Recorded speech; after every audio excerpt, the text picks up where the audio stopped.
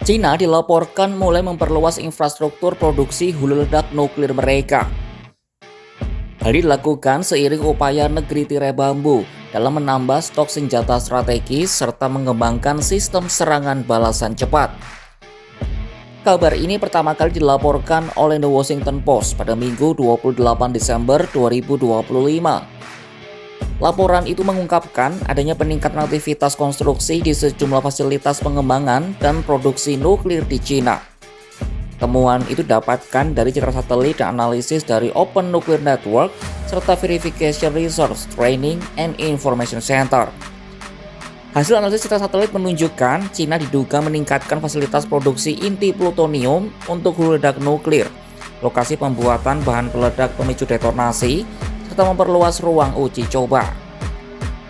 Satu lokasi yang menjadi sorotan adalah situs Zitong di Provinsi Sichuan, yang disebut sebagai salah satu pusat utama pengujian nuklir China.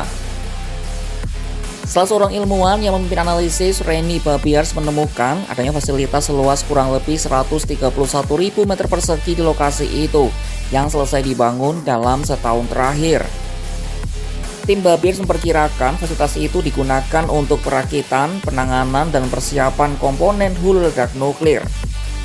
Situs uji nuklir di wilayah Lop Nur juga mengalami peningkatan aktivitas pembangunan, terutama pada terowongan dan poros bawah tanah yang diduga digunakan untuk keperluan pengujian. Babiars menilai bangunan itu mencerminkan investasi besar dan menunjukkan peningkatan kemampuan China dalam produksi hulu ledak nuklir. Sementara itu, menurut laporan Kementerian Pertahanan Amerika Serikat yang dirilis pada tanggal 23 Desember 2025, China saat ini memiliki sekitar 600 hulu ledak nuklir. Jumlah ini diperkirakan akan melampaui 1.000 unit pada tahun 2030. Tak cuma soal produksi nuklir, Beijing juga sedang meningkatkan rudal balistik dan sistem pertahanan mereka.